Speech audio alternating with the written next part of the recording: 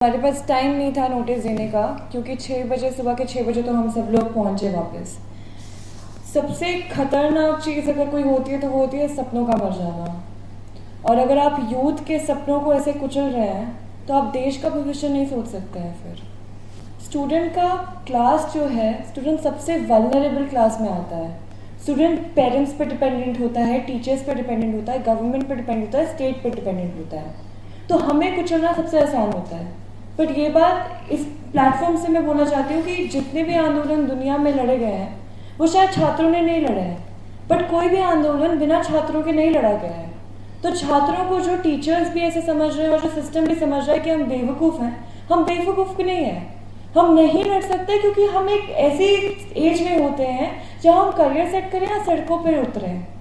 पर हम अब जब हमें रियलाइज हो रहा है कि हम जिस परीक्षा के लिए पूरा साल प्रिपेयर करते हैं, अपना मेंटल हेल्थ डिस्ट्रॉय करते हैं, जिन एरियाज में हम रहते हैं, मुखर्जी नगर और ओल्ड राजेंद्र नगर में, आप लोग भी खबर छापते हैं उन जगहों के बारे में। हर रोज सुसाइड होता है, हर रोज मेंटल हेल्थ से बच्चा जूझ रहा है। उसके बाद एक दिन पता चलता है कि जब वो एग्जाम देने जा रहा है तो वहां पर इतनी ज्यादा परेशानियां हो रही है। वो इंसान कहाँ जिएगा, वो बच्चा कहाँ जिएगा, इतना प्रेशर में वो कर रहा है। और जो मेन टॉपिक जिसको मैं कवर करना चाहती हूँ कि आपको रियलाइजेशन नहीं होती है कि आपके सामने एक लड़की खड़ी है। जो लड़कियां कल प्रोटेस्ट में आई थी वो जेब में 50-50 रुपए डाल के आई थी कि मेट्रो तक 30 रुपए किराया दे के चले जाए। वो कहाँ जाती रात को जब आपने अंधेरा कर लिया? मीडिया वाले कुछ लोग थे, उनको भगा दिया। कोई कुछ पता नहीं चल रहा, आप अनाउंसमेंट करने नहीं दे रहे हो। 1 बजे से हम बोल रहे डिस्पर्स करने के, टीचर्स हमारे साथ कोऑर्डिनेट नहीं कर रहे हैं। हम क्या करते? हम 20-30 लड़कियों का ग्रुप था, हम पुलिस वालों के आगे भीख मांग रहे हैं कि हम आपके साथ सुरक्षित महसूस करते हैं। यहाँ पर कितना ज्यादा और भीड़ आया है, हमें अपने साथ रख लीजिए, आप साइड में रह जाइए, प्यार से बात करिए। शाम हो चुकी थी, आप डिटेन नहीं कर सकते हो हमें। उन लोगों ने पुलिस का ड्रेस, जो पुलिस वाले थे, उन लोगों ने बाउंसर जैसे आपके होने वाले पुलिस वाले, जो नीचे उनका जूता भी दिख रहा था, वो हमारे ऊपर फेंक दिए स्टेज पे। फिर हमने अपने जो साथी है विकास है उनको बोला कि पकड़ो हमें, ये खींच रहे हैं, ये कपड़े फाड़ रहे हैं, कपड़े फाड़ के हरासमेंट करके ले जा रहे हैं। वो सब चीज़ें इन्होंने इतनी स्ट्रैटेजिकली की कि लड़कियों को पीछे खींच लिया ताकि वो दिखे ना, और फिर गंदी गंदी गालियाँ दे के कैरेक्टर पे बात करना। अगर आज हम किसी ऐसी चीज़ के लिए बात कर रहे हैं तो शायद हमारे कॉन्स्टिट्यूशन नहीं दिया है, तो उस चीज़ में क्या गलत है? जब देश में नौकरी ही नहीं बचेगा तो बच्चे को सड़क पर उतरना पड़ेगा ना। और जिस नौकरी के लिए हम उतर रहे हैं उसी सिस्टम का पार्ट हम, पहली बात तो जो सिस्टम का अगर हम खिलाफ आवाज उठाते हैं वो किसी गवर्नमेंट के खिलाफ नहीं है, हम एक सिस्टमैटिक फ्लॉ को बोल रहे हैं कि ये सिस्टमैटिक फ्लॉ है, आप इसको ठीक करिए, अब हमसे बात करिए। अगर एजुकेशन इतना इंपॉर्टेंट चीज है देश का तो हम भी उसका स्टेक होल्डर है ना, स्टूडेंट्स जितना ही टीचर्स है, जितना ही गवर्नमेंट है। अब हमारे साथ बैठिए, हमसे पूछिए कि हमारा क्या दिक्कत है।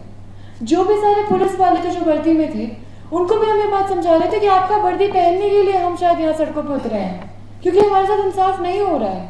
आपका दुश्मन नहीं है, हम किसी का भी दुश्मन नहीं है, पर अपना हक मांगने आए थे। और जो बाकी लोगों ने भी कहा, हम लोग कौन सा क्राउड है? हम लोग वो क्राउड है जो अपने स्कूल में एक्सेल करके घर वालों को उम्मीद से यहाँ पर आया है, जिनको पॉकेट मनी मिलता है महीने का।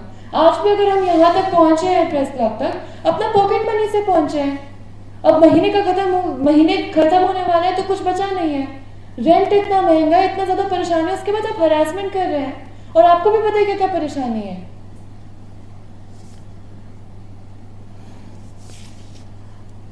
हर जगह से why is everybody targeting students?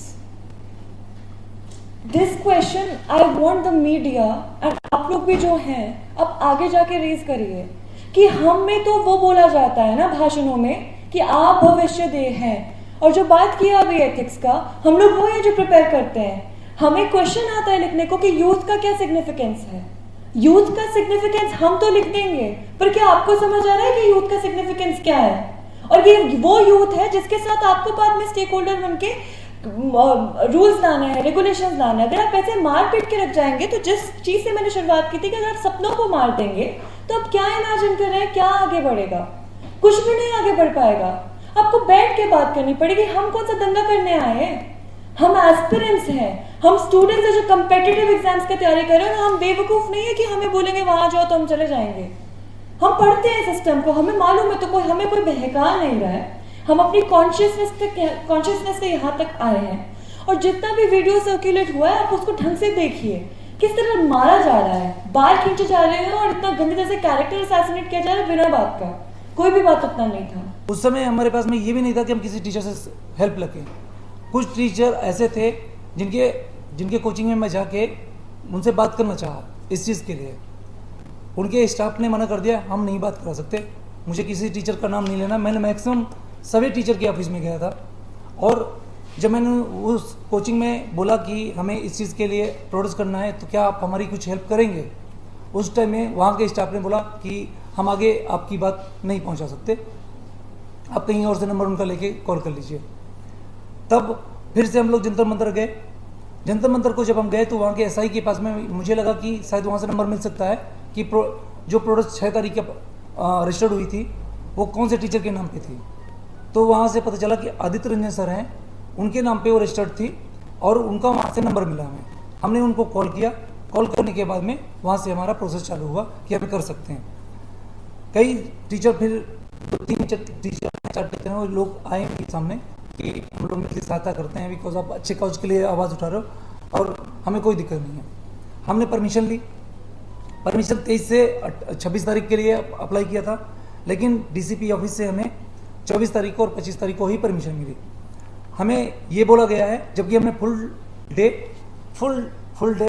Full night के लिए हमने परमिशन मांगी थी। ये ओरिजिनल कॉपी है डीसीपी ऑफिस की, फुल डे फुल नाइट। उन्होंने कैंसिल करके इसको उन्होंने मॉडिफाइड करके 2 days 24-25 10 AM to 5 only holding programme, any possession is not allowed. हमने उसको पालन किया। हमने ऐसे कोई चीज़ नहीं किया जिसमें से कोई लॉ वायलेट हो सके। हमें कॉन्स्टिट्यूशन पता है कि उसमें क्या चीज़ है, पढ़ने वाले स्टूडेंट हैं हम लोग। हमने ये सारा चीज़ किया। कल हमारा प्रोटेस्ट स्टार्ट हुआ। हमने प्रोटेस्ट जैसे ही स्टार्ट किया, मुझे सिस्टम की तरफ से कॉल आना चालू हो गई कि आप साथ में कॉल करते रहिएगा कि आपको 5 बजे ऑफ करना है। मैं बीच में बोलता गया हूँ, बहुत सारी क्लिप्स पड़ी हुई हैं, मैं बोलता गया हूँ कि हमें अगले दिन की भी परमिशन है और हमें यहाँ 5 बजे तक ही बैठना है। बट अगर यहाँ का जो डीसीपी सर हैं अगर वो परमिशन देंगे देन कंटिन्यू हम बैठ सकते हैं, सो सकते हैं यहाँ पे, बट कोई फंक्शन नहीं कर सकते। हमने उनसे रिक्वेस्ट भी की थी कि सर अगर यहाँ पे सारे लोग नहीं होंगे, कुछ लोग जैसे लाइक कोई पटना से आ रखा था, कोई आंध्र प्रदेश से आ रखा था, कोई केरला से आ रखा था और कोई ऐसी जगह से दूर से आ रखे थे जिनके यहाँ पे दोस्त नहीं थे, तो अपने दोस्तों के यहाँ रह नहीं सकते। तो ये था कि इनके किसी तरह से हम वहाँ पे रुकवा सकते हैं। ये सारा इंसिडेंट चलता रहा। जिस बच्चे का फ्यूचर बर्बाद हुआ क्या वो आके वहाँ बैठेगा नहीं, वो अपने दर से नहीं आएगा। वो अपने दर से आए इसलिए उठने के लिए भी तैयार नहीं थे। वो इसीलिए बोल रहे थे हम अपनी लड़ाई है जीत कर जाएंगे, इसलिए बच्चे अड़िग थे। और रामलीला मैदान चारों तरफ से 10-10 फुट की दीवार से घिरा हुआ है, कोई भी लो एंड ऑर्डर सिचुएशन खराब नहीं होने का। मैंने पुलिस प्रशासन को बीच में रिक्वेस्ट किया, कई बार रिक्वेस्ट करते रहे। सवेरे 10 बजे हमने अपना टेंट और लगवाना शुरू किया। रात को भी लगाने का परमिशन दिया। इनको लगता था कि ऐसे ही खदेड़ देंगे, इनको बच्चों को नहीं बैठने देंगे।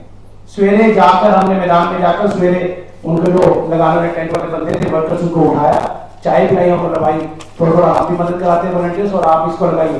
तब जाके अपने अपने कार्यक्रम को आरंभ किया। हमें जन समर्थन इतना मिला क्योंकि इतने ज्यादा लोग परेशान हैं। और अगर हमने परमिशन पूरे रामलीला ग्राउंड के लिए किया, उसमें प्रोग्राम करने का हमारा अधिकार नहीं। हम अपना अरेंजमेंट करने के लिए तैयार। मैंने बोला कि मैं बैरिकेड्स बीच में लगवा देता हूँ, ब्लॉक्स में बांट देता हूँ, किसी तरह कोई और नहीं लगाने दिया, बिल्कुल नहीं लगाने दिया। वो चाहते थे कोई दिक्कत हो, वो तो हम स्टूडेंट्स थे, पढ़े लिखे थे, कोई तरह की दिक्कत नहीं हुई। ये बातों को सारी बातों को रखते हैं। और मैं एक बार और, हमारे साथ 2 स्टूडेंट्स हैं। ये आना लड़की है का जो लड़कियों के साथ हुआ, ये जो पीटने वाला मैटर, एक तरफ हम मार खा लेंगे, भर जाएगी, आज नहीं तो कल भर जाएगी। जो जमीरों पर मार पड़ी, जो मस्तिष्कों पर मार पड़ी, लड़कियों को छेड़ा गया पुलिस के द्वारा, एकदम ऊपर कांस्टेबल कूदे। लड़की ने अपने मुंह से खुद बताया, खुद आपको बताया कि क्या क्या हुआ। बहुत बच्चियां थी, बाहर से आई थी, सब बच्चियां अपने वार को रखने जाती है, पर हमारी कैपेसिटी कम है, हम जल्दी मीडिया तक नहीं पहुंच सकते हैं, ना हमारे पास हमारा कोई सोशल मीडिया का माध्यम है, हमारे पास कोई माध्यम नहीं है। यही हमारी सबसे बड़ी कमजोरी है। 2 लोगों के नाम पर एफआईआर ऐसा सुनने में आ रहा है, कंफर्मेशन नहीं है। और अगर होता है, हम छात्र हैं, अभी मेरा 3 अटेम्प्ट बचा हुआ यूपीएससी का, और भाई राम भाई का एक अटेम्प्ट बचा हुआ है। तो इसके लिए सरकार जिम्मेदार होगी, यहाँ का पुलिस प्रशासन जिम्मेदार होगा, क्योंकि हम अपने संविधानिक अधिकार का वहाँ पर पालन कर रहे थे, उसका यूज कर रहे थे। हम कहीं किसी की, और एक चीज़ बताऊँ आपको, जब पुलिस वालों ने हमें मार मार के भगाना चालू करा ना, जितनी भीड़ थी उतनी भीड़ उस एरिया में बहुत कुछ कर सकती थी, बहुत कुछ कर सकती थी, और पुलिस वाले कुछ नहीं कर सकते। हमने समझाया बुझाया, बच्चों को बचाया था, और इतनी साइलेंट तरीके से इतना कुछ होने के बाद भी आराम से सारे बच्चे बाहर आ गए, सड़क पे आए, थोड़ा सा गुस्सा उन्होंने बाहर किया, थोड़ा रैली आपने देखा होगा, बाहर सड़क पे लाइन निकाली, उसके घर वापस चले गए। ये